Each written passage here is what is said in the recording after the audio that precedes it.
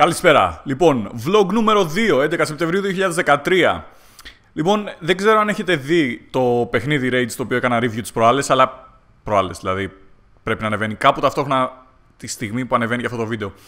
Και πραγματικά δεν μπορείτε να φανταστείτε τι πέρασα εκείνη τη μέρα, δηλαδή απλά δεν φαντάζεστε, ήταν το πιο δύσκολο γύρισμα το οποίο έχω κάνει ever. Καθόμουν 2 ώρες, ενώ το παιχνίδι κανονικά έτρεχε. Τις προάλλες τέλος πάντων που κατάφερα να το παίξω.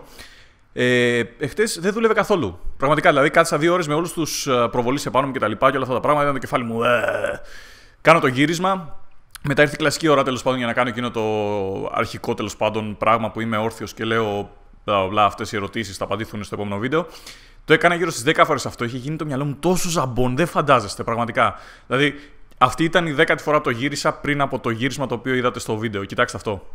Οι ερωτήσεις, τις απαντήσεις στο βίντεο που ακολουθεί γαμώ το παντίχριστο. Πραγματικά μισούσα τα πάντα. Ήμουνα σε φάση, ξέρω εγώ, τι χρειαζόμαστε αυτή την ατμόσφαιρα, ξέρω εγώ, στο πλανήτη Γη. Τι είναι αυτό το όζον εκεί πέρα, τι είναι αυτή η τρύπα που μου λέτε τέλος πάντων ή οτιδήποτε. Η τρύπα του όζοντος είναι πάρα πολύ επικίνδυνη. Και όλοι έχουμε τρύπες, όλα μπορούν να συμβούν. Κανείς δεν ξέρει τι έχει. Μα χωρίς το όζον, κατά πάσα πιθανότητα όλοι θα πεθάνουμε. Βέβαια, όλοι τα παίρνουμε όλα προσωπικά. Είμαι το όζον! Χωρίς εμένα όλοι θα πεθάνετε. Και βέβαια μετά κοιμήθηκα και όλα ήταν καλά και τέλεια. Σήμερα πρέπει να γυρίσω το βίντεο το οποίο θα ανέβει σήμερα είναι Τετάρτη, την Παρασκευή. Το οποίο θα είναι ένα vlog το οποίο έχει σχέση με τον υπολογιστή μου. Πολύ το ζητήσατε πάρα πολλές φορές. Αυτό θα ανέβει στο σχέδιο β' κανονικά.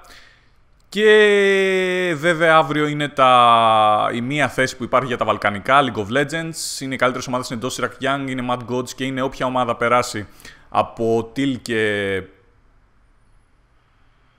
μια άλλη ομάδα η οποία είναι νεοσύστατη τέλος πάντων και δεν θυμάμαι το όνομά της. Το οποίο θα το δείτε σε live stream αύριο το απόγευμα στις 6. Και αυτά για μένα από σήμερα. Από σήμερα για μένα. Τέλεια. Πανέμορφα. Πάμε!